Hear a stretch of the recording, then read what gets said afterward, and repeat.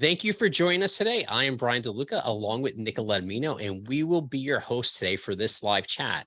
How today's FPGAs are taming the Delta Deluge problems, sponsored by Mouser Electronics, Bittware, and Molex. We have some great panelists, and this is a live chat, so make sure you ask your questions in the Q&A at the bottom of your screen. And now to Nicolette. Hi, guys. Thanks again for joining us. We are here with our three panelists, Jeff Milrod, Chief Technical and Strategy Officer over at Bittware, Stephen Bates, Chief Technical Officer at Eideticom, Shep Siegel, Chief Technical Officer at Atomic Rules. And these three experts will be discussing those emerging solutions with specific examples of hardware and software IP with a focus on FPGA solutions. So let's dive in and we'll kick off with a little bit of background. What do you think, guys? So why don't you tell us, Shep, Jeff, Stephen, why don't you tell us these three organizations you've partnered together in a new program? Why don't we talk a little bit about how that serves the market and what you guys do? Okay, well, I'll start taking that because Bittware's been making hardware platforms for decades with FPGAs.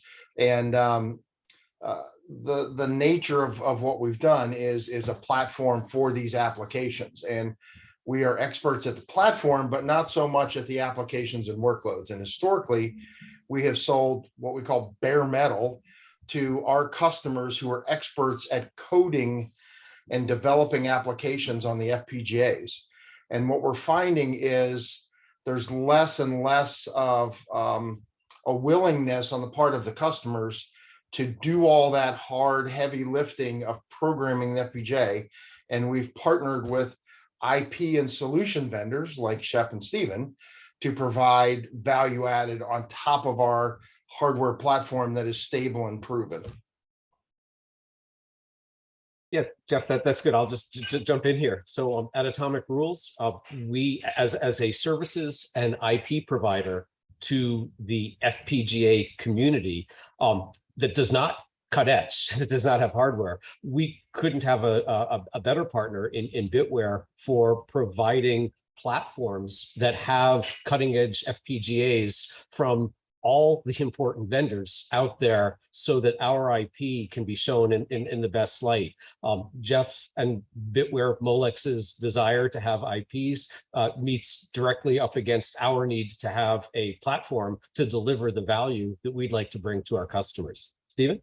Yeah, sure, I'll jump in. So a great person once said, for a computer system to really shine, you need two things. You need good hardware and you need good software. And for those gamers out there, right, a good example of that is you can go and build an awesome gaming PC, but then you need games developers to write the software to run on that hardware, right? So you get the best experience as a customer when you have good hardware and good software. And like Jeff alluded to when he was talking, Molex Bittware are fantastic at building great hardware. They can build, the best FPGA cards in the market, but they and the customers are becoming less able to develop the great software that really makes that hardware shine. And that's where companies like Shep's and mine step in. So we work on developing the software, for want of a better word, that runs on the FPGAs, but not just that, also the software that runs on the host systems and connects it into the application, whether it's a storage application, a networking application, or a compute application. And I think it's delivering that complete solution that's something that customers are really looking for. The ability to take something off the shelf from a company like Jeff's, Bittware Molex, and then a company like Shep's and mine, and having something that plugs right in and just works and does something really, really well. So we've talked a lot. We've talked a lot about flexibility in FPGAs, right? How flexible are FPGAs? I mean, are they really getting easier to program? If not, how do we use them? Jeff, can you talk to that a little bit? Yeah, they are extremely flexible, and increasing flexibility means increasing difficulty to use, actually, I think. And, I was just thinking, talking through the previous question, that one of my old axioms, a decade or two ago was Bittware sold this bare metal FPGA hardware to the lunatic fringe, where the folks who could actually roll up their sleeves and code this flexible thing. And now instead of selling to them, we're partnering with them. I'll call Stephen and Shep lunatic fringes, and then we together put together something that the non-lunatics can actually consume and use in a reasonable fashion. And the flexibility of FPGAs is daunting. And the fact that it can do anything means that natively it does nothing. Right. So, you know, when it powers on, it doesn't even know how to use the memory or the host that's attached to it. And that's where there's a lot of work that has to be done to build the frameworks and have shells, or different people use different terms, that then the applications and workloads can get loaded into. But even then, the applications and workloads, you know, there's these, you know, sea of gates. That's, you know, field programmable gate arrays is what FPGA stands for. And there's, you know, millions of these logic elements, and how you connect them up to do your hardware algorithm and implementations is exceedingly challenging. And as they're adding more options and hardened cores, it becomes even more challenging to do a specific workload in that space. And that's where, you know, our lunatic fringe partners come in. Well, it doesn't have, Jeff, I agree, but it doesn't have to be lunatic fringe. And there are all of these, there are many excellent tools that have been maturing over the past years that make the daunting task of running headlong into a multi-million gate FPGA more manageable. Because the tools have gotten better, but the complexity to someone whose problem is up at the application level to hit an FPGA is almost impossible. And that's why there's opportunities for companies like mine and like Stevens and others to be in this ecosystem to build up a platform on top of that raw brute power of the FPGA. One of my heroes in FPGA CAD design, Alberto Zintelli, had talked about platform-based design in the early ASIC days when ASICs were coming about. But what he preached and studied with regard to ASICs has become true with FPGAs. Frequently, we'll use the term overlay to describe a capability. Maybe Eideticom makes it, maybe Atomic Rules make it, maybe some of the people on the call are making these overlays. And the overlays serve as platforms layered on top of the hardware and software of the base FPGA to raise the abstraction closer to what the user's trying to achieve. Atomic Rules business is about delivering products that provide those platforms. Maybe someone wants to move data. Maybe someone wants to do computational storage. Maybe someone has this other problem. These IP cores are just ratcheting up the interaction level. So the job of using FPGAs to do real compute isn't immediately thrust into, you know, lookup tables and timing verification and just all of these details which would stifle development, but instead are amplified by the ability that we can talk about. Oh, you need to move data from a network to a disk drive to the host. We understand how to do that, and it's this call. Yes, there's a lot going on underneath it, but that's the value that companies like Bittware, Eideticom, and Atomic Rules provide. Yeah. So I'm not quite sure how I feel about being called a lunatic. Part of me likes it. Jeff, you really hit a nerve there. Yeah, I know you did, didn't you, Jeff? The way I like to say it to my friends is who are non-geeky is like, you know what a geek is. Well, if you go talk to a geek and tell them what I do, they'll say I'm a geek. So I'm a geek squared or two geeks. I'm not sure. I was about to say the same thing. One of those things. It's like geek squared. So I think Jeff and Shep touched on it very well. I mean, you know, the tools have got better in terms of how do I learn how to work with FPGAs, but the complexity of the silicon coming from the vendors has also increased, probably at a more dramatic rate than the tools. And I think there's been a lot of work over the years to make it easier for someone who has no FPGA experience to get them to do something. But it's still a hard problem, and I don't think we've ever really solved that. We've tried to, you know, write C-type programming languages for FPGAs, like Shep said, raise the layer of abstraction. And the problem with that is you often sacrifice performance to get that ease. So I think what companies like Shep and I are doing are trying to do more application specific overlays. So we're drawing some lines around flexibility. We're saying you can't do everything anymore. You can do this and this and this, but with that comes high performance and programmability. And I think that's interesting. I know we're going to touch on this later, but But two things that I think can really help us in terms of getting FPGA adoption going even faster than it already is are things like open standards. So can we have ecosystem-based standards for talking and programming FPGAs? So we don't have we don't have vendor lock-in anymore.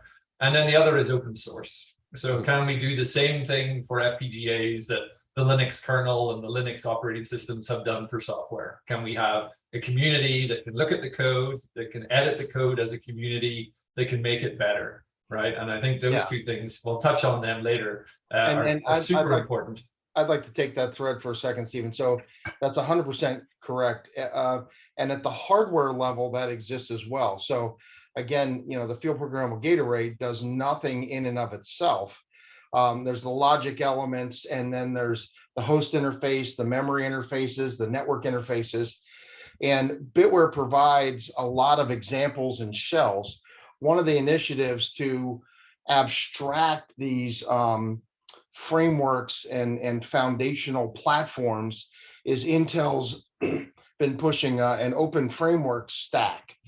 So Bittware codes to the open framework stack spec, and we instantiate and implement in the FPGA the host interface logic on PCIe, the network interface, the memory interfaces, and build out the hardware so that when you turn it on, the FPGA can move data around. And now, the other model people have used is then there's a jelly donut. And now, the application developer puts the jelly in. And Intel has special tools for that now. They call One API. They, like Stephen, they probably wouldn't like my use of calling them jelly donut fillers, but and One API works on their CPUs, their GPUs, and on their FPGAs if you have this OFS built underneath at the hardware layer, so that now you can code in Intel's high-level language called One API and get applications running on an FPGA hardware platform equipped with this open framework stack. Open FPGA stack, actually, I think is what it stands for. You guys have touched on a lot of a whole lot there in that one question, but really what I really wanted to know, and I think we touched on some of these, were, and we've got some questions coming in from the audience, but I just want to address this first. Aside from what we've mentioned so far, are there any new developments in FPGAs that we should be talking about right now before we kind of dive in? Because there are some questions that are related. Yeah, I want to jump out right in front of that right away, because there are. I mean, FPGAs have been at the cutting edge of process technology for a long time, but now for years, 3, 4, 5 years, we've gotten along with Gen 3 PCIe, and it seems like over the last 2 years we've jumped to Gen 4, Gen 5, Gen 6 is right around the corner, and CXL, which is interdependent with these technologies, is right in that. And from AMD Xilinx, from Intel, and from all the FPGA vendors, we see the SerDes technology certainly mature enough to handle Gen 4, right on the cusp of delivering Gen 5. There are Gen 5 devices shipping from the major vendors as well. So I would say, Nicolette, that from an atomic rules perspective, and talking with our customers, one thing that's really out in front is the explosion over the past year or two of Gen 4 and Gen 5 right on the back of each other, with CXL right on the back of that. And of course, it shouldn't go without saying that couldn't happen without the underlying SerDes technology that enabled it. But my short answer, and I really have to apologize to my colleagues here that I had to get out in front of it, because it's changed our business so much, is Gen 4 and Gen 5 and are here today. Yeah, and I guess, the title of today's webinar is Taming the Data Deluge. And Right. Higher speeds and feeds are a necessary, like a critical part of that. Because if you can't get massive volumes of data into and out of the FPGA, whether it's on PCIe or CXL or Ethernet, then it doesn't matter what the FPGA does, it just can't keep up, right? So speeds and feeds are like a necessary building block. But I'll take a slightly different slant. I think one of the things that really excites me about FPGAs and about the kind of SoC market in general, there's two things. One of them is just the ability now to put down very capable application processors from companies like ARM And some of the FPGAs are doing that. So people, you can boot Linux on an FPGA, right, and turn it essentially into a small server, almost like a little Raspberry Pi. But now you also have flexibility because the FPGA, as well as having the hardened ARM processor cores, also has this flexible logic. And that allows you to do some pretty amazing things. Like imagine a Raspberry Pi where you can change the hardware that the Linux is talking to. You can write drivers, it's a lot of fun, and you can do some pretty amazing things. So that's one aspect, that ability to bring Linux onto the FPGA and to allow software developers to talk to the hardware that the hardware team are putting together. The other thing that really excites me is chiplet technology. So, Intel FPGA teams are already working on a chiplet basis. AMD, are very classically known for chiplets in their server processors. So we can expect to see that. The ability to mix and match different components inside the package to allow for, a broader flavor of SKU, I think is really interesting. So if I have an application where I don't need Ethernet, perhaps the Ethernet's on a chiplet. So I don't need that chiplet, and that's just a packaging option. If I want ARM processors, they can be on a chiplet. And those chiplets can exist at different process nodes, which reduces cost.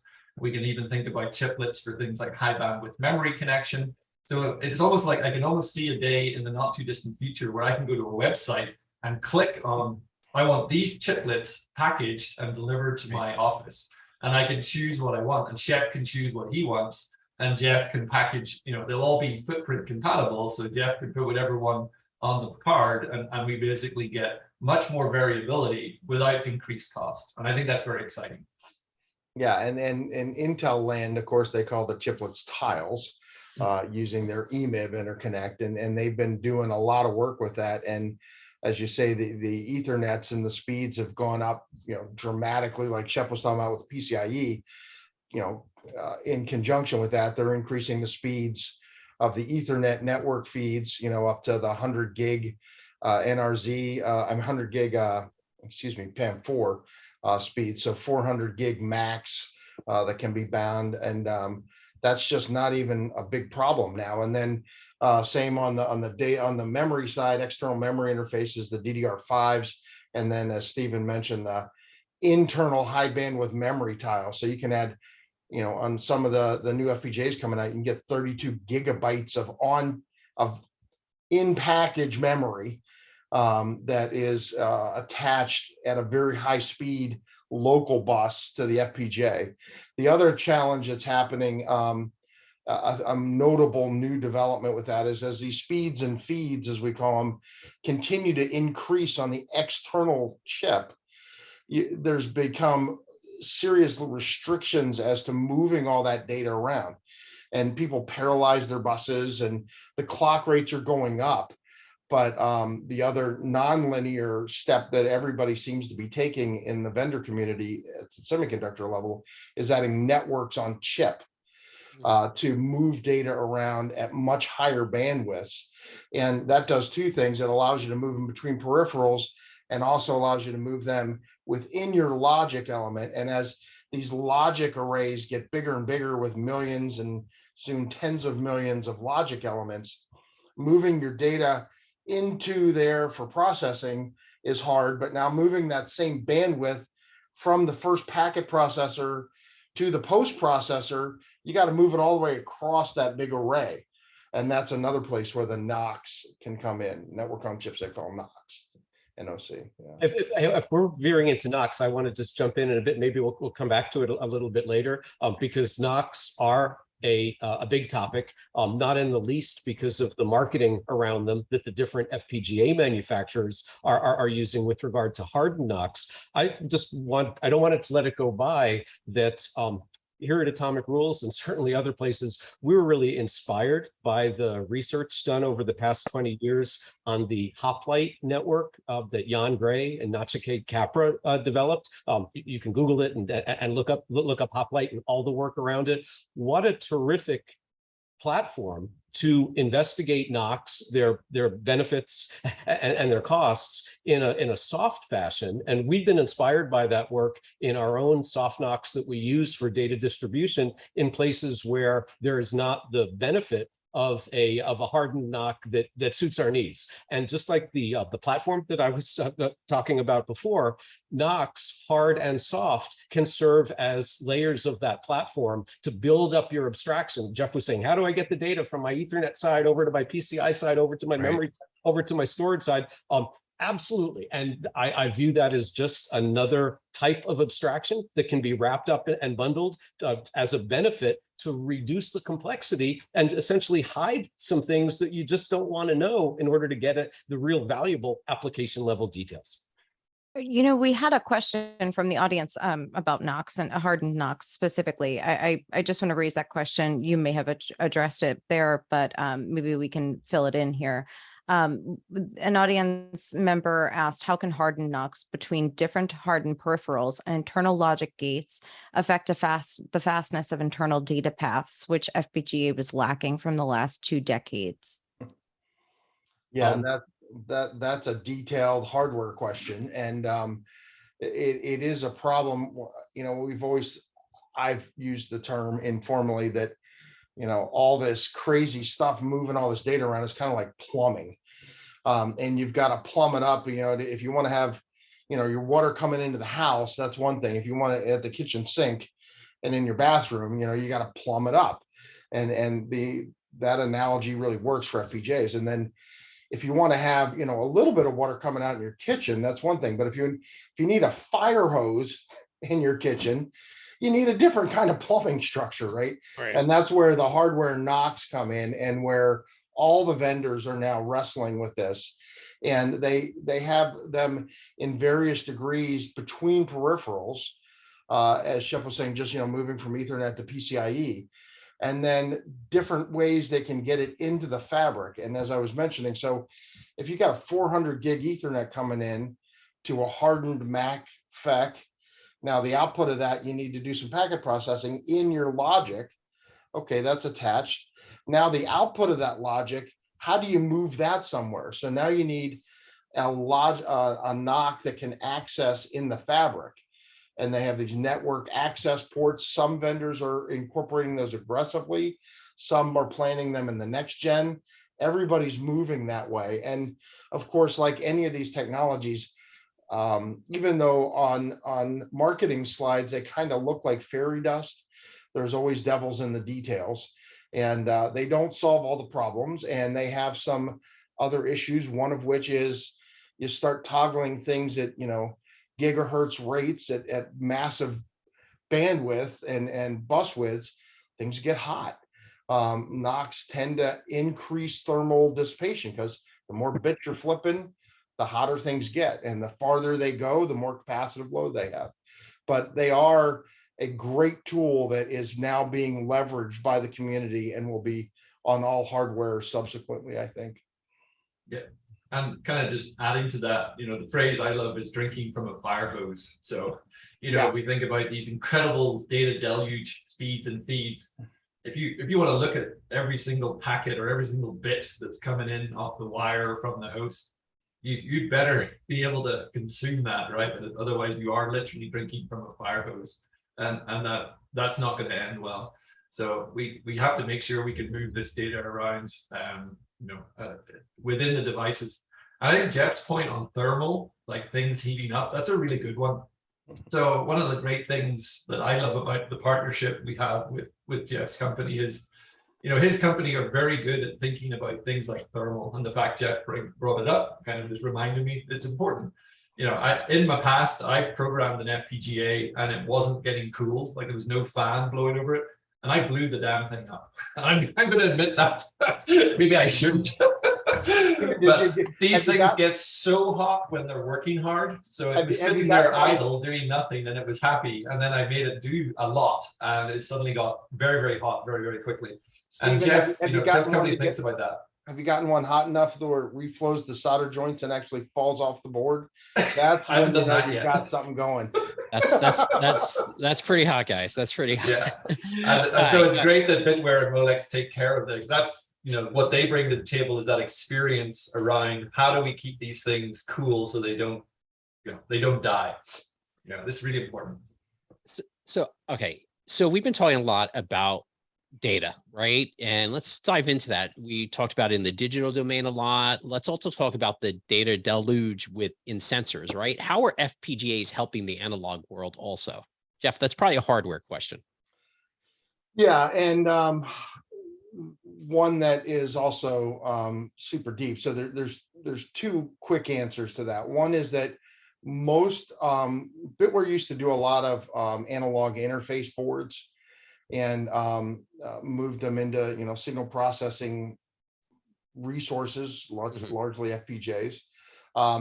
Now there's standardization for that, so we don't do that anymore. Generally, when people are converting analog signals or from digital to analog in a transmitter, they do it somewhere at a radio head or a sensor head, and they then digitize it and packetize it and move it over. And so most of our applications now that are doing sensor interfacing and processing implement, whether it's JESD or VITA 49 or the new emerging Diffie standard for RF. We interface to some standard packet protocol like Ethernet that just is moving data around. The other way is, Stephen was talking about the chiplets and tiles. Various vendors are now adding analog to digital converters and digital to analog converters as those checkbox options that Stephen can on just the FPGA order, in this color with that feature on it. And you can get it with ADCs or without ADCs, and you can do actually direct analog interfacing. And we have Bittware has hardware that takes direct RF at 5 gigahertz in and digitizes it, has hardened down converters, up converters, and then moves it into an FPGA fabric for post-processing. So that's one of the ways that's happening. We have a lot of questions coming in from the audience. I'm going to hit one of them right now. Let's see. Can you talk to the viability of FPGA in the domain of edge computing from a cost perspective? Are FPGAs going to be a better fit for device edge or on-premise edge? Well, cost is one of those things like bandwidth and performance. It's all relative. And I cringed a little bit when Stephen was talking about Raspberry Pi, because that's a slightly different price point. FPGAs in general are not cheap. Our sales guys, I'm sure, are if they're listening to this, are shooting me darts now. But the nature, another thing I heard somebody call it the other day is FPGAs, field programmable gate arrays, but another term for it is a flexible, pretty good ASIC, right? And I like that approach and that term. And ASICs are super expensive to develop and very cheap to deploy once you've developed them, right? FPGAs do it a different way. The development is still hard, but it's nowhere near as expensive as an ASIC development. But the recurring cost for the devices themselves is much higher. And when you want to start having then PCBs and power supplies and thermal constraints, they can be fairly expensive solutions. And when you get a big enough thing where price is dominating, people drive it to ASICs. And that's just a cheaper way to deploy, and the market's proven that. So FPGAs are quite good at doing things that you can't do more cost effectively. So in that sense, FPGAs can be super cheap, because regardless of how expensive that hardware is and the IP from our partners, if you can't solve it any other way and you're adding tremendous value to your market and growing your serviceable available market, it's a very efficient spend of money. But cost is not usually where we win in and of itself. But Jeff, there are other ways that FPGAs can bring value. I agree with what you just said, but I have to jump in and point out that frequently, despite their added cost, despite their added complexity and challenge to integrate, FPGAs are used to offload operations that might require expensive, heavy cores from AMD and Intel to otherwise do the same work. And the net gain, although many applications don't go into this going, oh, my job is to reduce the number of cores used. It's usually the job is to solve a particular computational problem. But along the way, they end up realizing that a FPGA-enabled solution, perhaps because of some cleverness in how the data moves from the network to memory to storage, for example, has to travel less and requires less expensive heavy iron, as it were, particularly in a data center or premises situation, as opposed to out in a more power sensitive yielded situation. And that cost savings in terms of, well, I need that much less strong a host processor to get it done, is recurring savings that can be used to fund the expensive FPGA development and the pricey boards. Yeah, it's a total cost of ownership thing. And I think Stephen's applications and computational storage is particularly relevant to this, that, you know, the computational storage solutions, I don't think anybody would argue are cheap, but they're cheaper than the alternatives. Right. Yeah. I mean, let's talk a little bit about computational storage, and I also want to talk a little bit about moving data, right? You know, from your guys' perspective, both Shep and Stephen. So I don't know if you guys want to talk about computational storage first, and then we could go back, or moving the data first. Sure, I'll jump in on computational storage. So with computational storage, what's happening is, you know, the amount of data the world is producing is just increasing exponentially, right? And I think the other thing that businesses have realized is that that data is kind of useless unless you can analyze it and develop business intelligence and clever business decisions from the data, right? Storing data, like, you know, there's not that much point to it. Getting insight from that data is now key. And companies want to do this quickly and they want to do it efficiently. And so what they've noticed is that, you know, rather than pulling a whole bunch of data, like Shep alluded to, back to Intel or AMD CPU cores and running software, it's better to push your queries to the storage layer and actually have the storage layer run these kinds of tasks, whether it's a database query, whether it's AI inference over a bunch of sensor data, whether it's like, you know, analyzing a database for some kind of business metric. So standardization is occurring in an area we call computational storage. So rather than just having boxes or devices that store data, how do we also have the ability to push compute queries to these boxes, whether it's a drive, whether it's an SSD, or whether it's a box full of them, something like a NAS, right? And so standards are developing around that, and FPGAs have a great role to play because, like Shep alluded to, there's certain tasks that are much more efficient, much more cost efficiently done with something like an FPGA. But also you want that time variability. If the query changes, you perhaps want the functionality to change. And that's where FPGAs really shine, where there's an ability to have a certain characteristic at time A, but maybe it's a different time of day, your workload changes, and you actually want the processing power to change its characteristics. That's really hard to do with an ASIC, but it's super easy to do with an FPGA. You know, computational storage is also involves standards, and like I alluded to earlier, standards, in my opinion, drive market adoption, which pushes prices down, and that's always a win, right? So, you know, buying one FPGA can cost you a lot. If you come in and ask for 500,000 of them, you're probably going to get a better price per unit.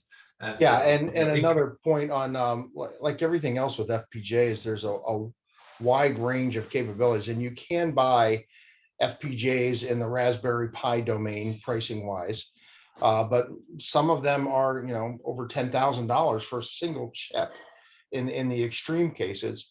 And Bittware, you know, similarly has a wide dynamic range of options. So in Stephen's applications with computational storage, when people are deploying a large number of computational storage accelerators, we can sell stuff, you know, $1,000 or less for limited applications where we know what the use case is. And we have other things that for, you know, 400 gig, and those things are you know, approaching, you know, several $1,000s for a solution. And we have stuff coming out soon that will be even more with these HBMs and all that. So there is a wide range of costs, but When we're looking at it for edge and IoT deployments, it just depends on what you think a lot means. So Shep, do you want to talk a little bit about moving data? Sure. I've always wanted to We talk- could be here for a while for time. And the standard, Right? Shep loves talking about Everybody moving buckle data. in. Yeah, we got 25 minutes. We're good. We're good. No. So thank you for that question. One of, I'd say, Atomic Rules' marquee IP product is a product that goes by the name of Arcville. And Arcville is Atomic Rules' brand for a Dpdk-based data mover. It's an IP core that makes it relatively easy to move large volumes of data from an FPGA to host memory, or the other way around, without diving in to much of the lower levels that I was talking about with that platform-based design that are essential in order to pull that off at simultaneously high throughputs and relatively low latencies. From a systems architect viewpoint, the whole notion of data motion is really quite simple, right? Have data point part A, and when the FPGA want to get data to place B inside the host memory, for example. Software engineer might want to call memcopy or move data and have that happen. And our goal to our customers is to bring that experience as close as possible to what they're looking for. Data from the FPGA hardware into userland host memory, no questions, problems asked. Yes, it's a lot more complicated than that, but that's what our customers are buying. They recognize that in order to do that task that's so simple to describe, that underneath it, there's hardware design, software design, API design, driver design, FPGA time enclosure, all of these pieces. And in large part, Atomic Rules delivers a complete solution to that, which has terrific value if, in fact, data motion from an FPGA to something that looks like host memory is important to you. Yeah, maybe just to jump in and add to that. So Shep mentioned Dpdk, which is a host software stack in the networking field, which is designed to move traffic from host memory onto a network or from memory to memory. I work more in the storage domain, and ironically, storage is also all about data movement. There's data on a disk, and you want to get it into memory because you want to process it, or you have data in memory and you want to get it onto disk because you want to keep it safe, because it's like your picture of your cat that you love, and you love your cat. But so there's quite a few storage standards that are also relative to data movement, and so we kind of do exactly the same thing as Shep. We create these data movers in hardware on the FPGA, but then we have to present an API to the host and to the customer. And we use storage-centric ones where Shep uses network-centric ones. So for us, it's things like NVMe, so NVM Express, and a lot of your SSDs in your laptops or in your gaming PCs today have NVMe drives. And another one is SDXI, which is a new standard that's emerging specifically for data movement. And so these allow us as what I call software vendors on the FPGA to integrate with well understood stacks on the host side. In Shep's case, Dpdk. In my case, more like things like NVM Express or SDXI. All right, guys. So I want to talk about CXL for a second. So when we were chatting yesterday, Jeff, you mentioned that this is quite the buzzword these days, and I thought it'd be important for us to just mention this, talk about what's on the agenda for a board with CXL, and then after, maybe Stephen and Shep, you could share a little bit about your about what your imagination will do with such a thing. Okay, Jeff? Well, CXL is certainly caught everyone's attention. And again, I think promises at the high level, and if you read all the press, this magic fairy dust that makes everybody's problems go away. But that's certainly not the case. But it does abstract its Compute Express link, and it allows the abstraction and interconnection of IO, cache, memory into a single coherent domain that anybody can see anybody's information and data. And there's various ways this is being implemented. One of the the things that, while I do think it will certainly change our industry and dramatically impact how people architect and deploy solutions, it's not, in my opinion, completely clear how yet. And I don't think many people have said, oh, I got it, I know how to do everything now. It's opening up whole new dimensions and capabilities that people haven't had the ability to think through before. And I think there's going to be fits and starts, and people will try, oh, let's connect it this way. Oh, wait, that doesn't work great. You know, maybe there's a better way to do it. The other thing is that it is early days technically. So the FPGAs that we're bringing to market the end of this year will support CXL 1.1. There'll be two will be coming out later, I think in 2023. And then 3.0 is already documented and planned and released, and that's more 2024 kind of timeframe. So at the hardware level, there will be an evolution, as well as an evolution of, you know, people getting smarter on how to build systems using CXL. Yeah, if I just jump in there, I mean, so CXL, for those who don't know, is a protocol that runs over the same kind of wiring as PCIe. So if you look at your laptop or your gaming console or your gaming PC, anywhere you can plug in a PCIe device, in theory, in a few years from now, you could plug in a CXL device. Now, the next question is, why would I do that? Well, PCIe has some limitations around data movement. The biggest one is it's not what we call cache coherent.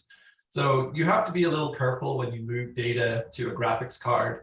And some of those, or to a network card over PCIe, and our operating systems take care of that for us. With CXL, it's actually a coherent protocol. So it allows us to do some things that we can't do with PCIe. Now, we'll still be able to do a lot with PCIe, and we do a lot with PCIe. But like Jeff alluded to, CXL opens some new kind of paradigms. And like he said, we're not quite sure what we're going to do. But based on what I'm seeing in the industry, the first thing a lot of the big cloud companies are going to do is memory disaggregation. They're actually going to move some of the memory off the DDR channel on the processor onto a CXL card, or even a shelf of CXL for people like hyperscalers like Google. Now, the way I look at it is, if you're going to do that, then maybe you can start putting some compute services that can operate on that memory, the same way we do computational storage. So can we push compute to the memory? And in order to do that, we probably need some flexible algorithms. So FPGAs start to resonate with me. So I think that's an area where FPGAs have a lot of potential. I think the other point to note is we don't really know how it's going to play out. So we will need flexibility. So I think there is an opportunity for FPGAs, particularly early on, because we're not 100% sure what we want to do. So we're not going to spend, $50 million to tip out an ASIC. We're going to experiment with FPGAs. We might deploy them in reasonably large numbers. Now, unfortunately, if the application becomes big enough, somebody's going to say, well, I'm going to spin an ASIC on this. Right. But I think there is an opportunity for flexibility because workloads do shift. And I'm very excited by that potential. So yeah, Stephen, so I have I think many of us who've been following CXL have heard that memory disaggregation is going to be sort of the aha moment for CXL, but I'm having a hard time coming to terms with what disaggregated memory means to the latency of those memory loads and stores to the client that's actually using it. I guess that's a challenge that CXL will have to rise to, because you're talking tens of nanoseconds today on a contemporary host processor, going up to hundreds of nanoseconds over the kind of SerDes that CXL are looking to go over now. So I'm personally, I don't want to bet against that, but I don't see that happening right away. For our part at Atomic Rules, what we're doing to get after CXL right away, Intel has moved aggressively out of the gate with their I-series Agilex devices. We were talking about chiplets and tiles early, the corresponding R tile, which we use as part of our Gen5 Arcville today, shipping in Arcville 2207. We don't have CXL, I want to be clear, but that R tile that's enabling PCI Express Gen 5 we've taken Intel's capability of using CXL and PCI side by side, and we've taken, very few of our customers need the full fire hose of Gen 5 by 16 today. Some of them certainly want that, and we're going to serve them for sure. But let's just say, 100 gigabit Ethernet or multiple 100 gigabit Ethernets or 100 gigabit pipes is more popular today than 400 gigabit is. We've taken those 100 gigabit and 400 gigabit streams, split them apart such that today on Intel's iSeries R-Tile, we can have Arcville working with a Gen 5 by 8 endpoint, half the available bandwidth, and leave the other half of the R-Tile channel available for CXL. To be clear, Atomic Rules has zero offering today supporting that CXL capability. We're looking at it as others are quite closely, and we think it'll take some learning, but we're our small move in that direction is not taking any moves that would inhibit CXL adoption by, for example, going, well, if you want to use Atomic Rules, then you're going down this PCI path and you can't have CXL with it. No, we're the opposite of that. If you want CXL mixed with your PCI, you can have them both at the same time. So here's another audience question. Do you foresee higher optical I/O, like co-packaged optics with FPGAs, requirements for smart NICs growing to grow beyond what programmable pluggable receivers do? I think is what they're asking. Transceivers, sorry. Yeah, the answer is, yeah, I wish they'd be there now. And one little anecdote I tell is when I started my career in the 80s, I worked with some people who were talking about, all this copper stuff and these backplanes are old news. We're moving to optical backplanes and optical interconnects in the next few years. And this was in the 80s, mind you. None of that has come to pass, of course. Now, Molex is working a lot on that. And that's not my area of expertise, and I'm not familiar with what we're doing there. But there is certainly a desire and a move as we're getting to faster and faster signaling to get these things off of the chip into the package, from the package to a PCB to a connector more effectively. And the ultimate way to do that is going to have to be photonics at some point. And there's two levels of that. One is connecting the chip via copper somehow to an optical engine in the package, and you plug in optics into the package. The other way that people are talking and working on is integrating optical engines into the silicon, and you just have a laser on your die that shoots out, and that's further out, and I don't know much about that, but I wish it were true, but I'm not counting on that anytime soon. Yeah, and I think this is another opportunity for chiplet technology.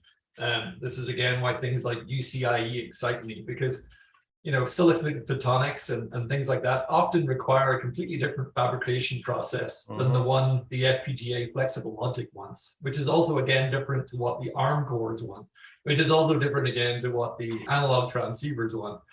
So not to mention with chiplet technology, we get to actually, pick different processes and potentially even non-silicon based semiconductors, if it makes sense, which it often does in silicon photonics. But I agree with Jeff.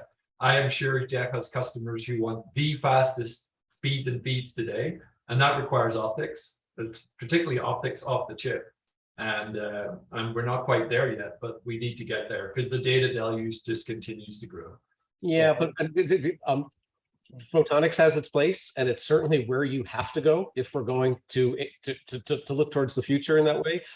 I personally feel that we're in an era where the truly enormous gains in SerDes technology over the past few decades that have been made can be harvested before we throw our hands up and say we're done with analog. We're just getting into PAM4 signaling at this point, and we know that we see the end of the road, but there are so many opportunities to reduce power, to reduce complexity, to make these subsystems, which are essential for things like Gen 5 PCIe and CXL to work more easily, be affordable, not require a $10,000 FPGA to carry that substrate. And I think that the market may find opportunity for the boring old 32 gig CERDES of today to find a way for it to be cost reduced and placed into a less expensive FPGA, yielding solutions that look more like today's solutions, but at a lower power and a lower cost point. All right. Let's take this question. What sort of skills are needed to turn a bare FPGA into something that solves a particular problem? How can I leverage what you do to make my FPGA deployments more successful? So Stephen, maybe you could take this one. I think we could talk a little bit about the partnership here. It might be a good opportunity. Sure. Yeah, I mean, I think, there's a couple of different things. First off, for anyone out there who's listening to this webinar going, I kind of want to play, I want to get down and dirty with an FPGA.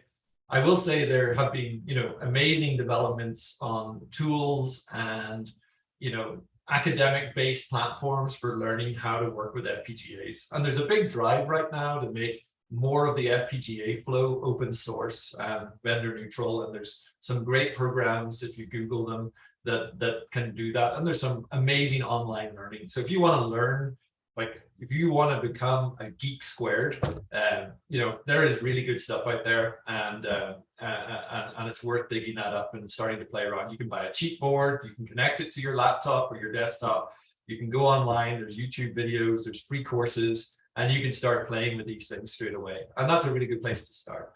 Now, if you're more interested in getting FPGAs deployed that solve a particular problem for your business, if you don't want to do it yourself, that's where you come to people like Shep and I for the software to raise that level of abstraction so that your engineers don't have to talk FPGA languages. And the low-level FPGA languages are things like Verilog and VHDL and System Verilog, and they're computer programming code, but it's not C, it's not Python, it's much lower level. And we have teams inside our companies that are very experienced at working with these languages. But it's more than just working with those languages. It's understanding from the architect point of view, how are these things going to get built? I always think of the FPGA as like when it's just turned on, it's almost like a building site. And you kind of have all these resources like lumber and cement and whatever.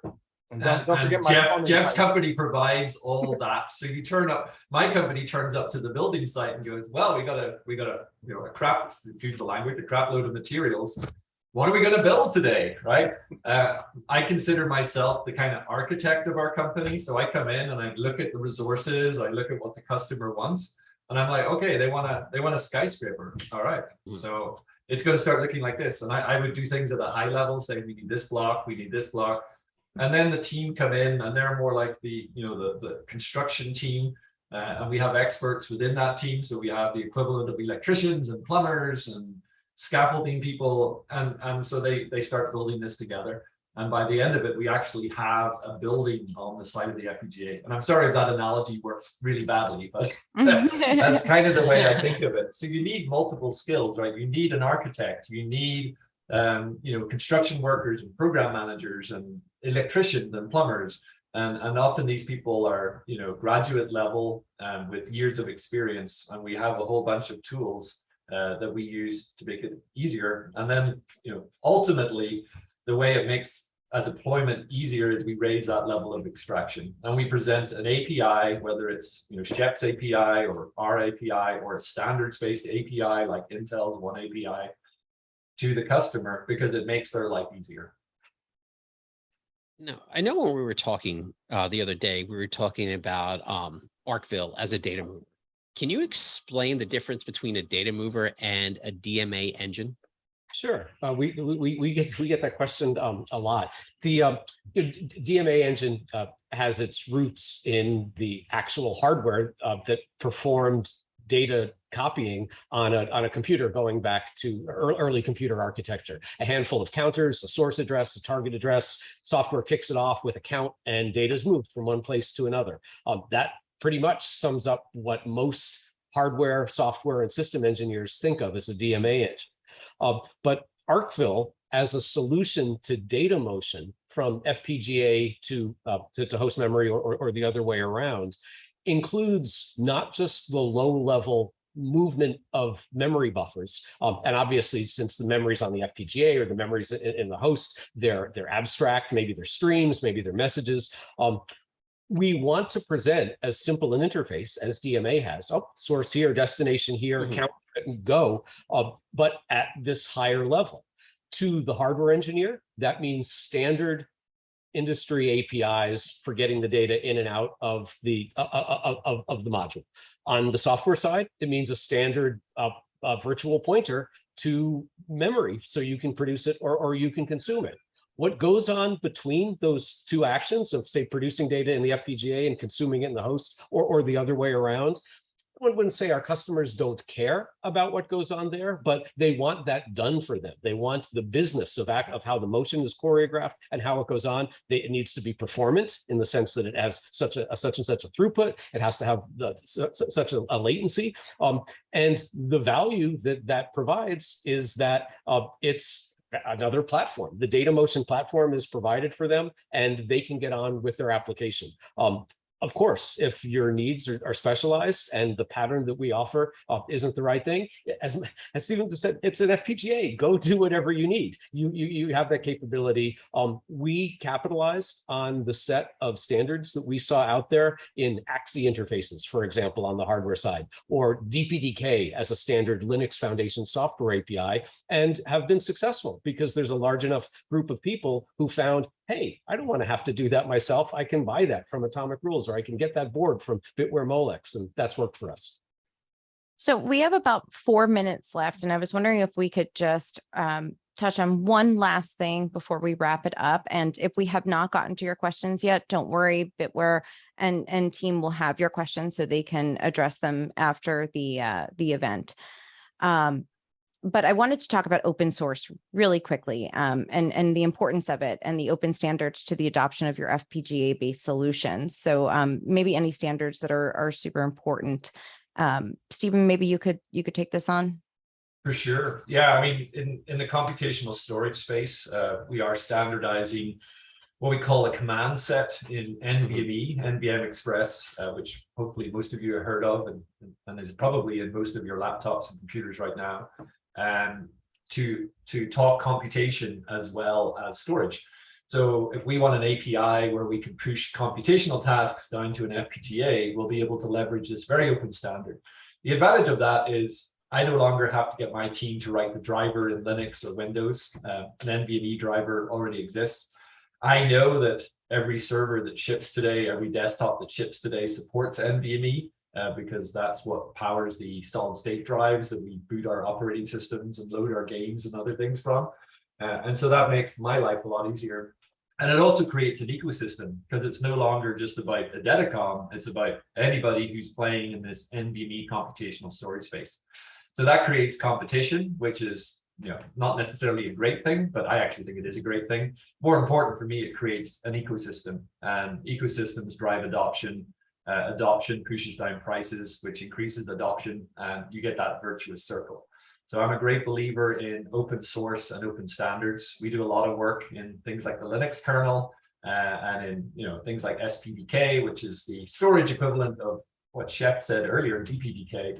And again, I think that's really important to have that collaboration within a community, to have many different companies looking at the code, going, how do we make this better? How do we make it more secure? How do we make it more efficient? And again, I think that just leads to better adoption. And I like that.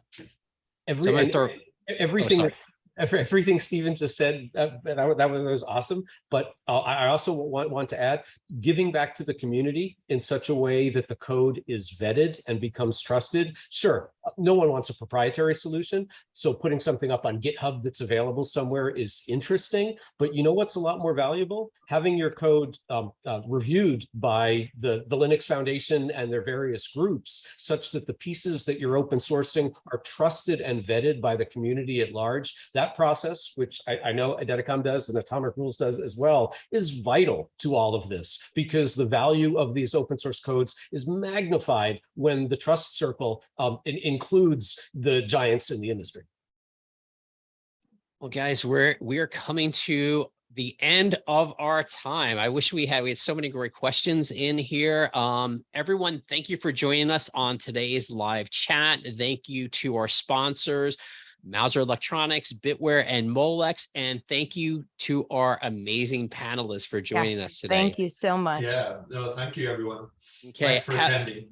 have a great day, everybody. Okay. Thanks all. Bye-bye. See y'all. Bye-bye.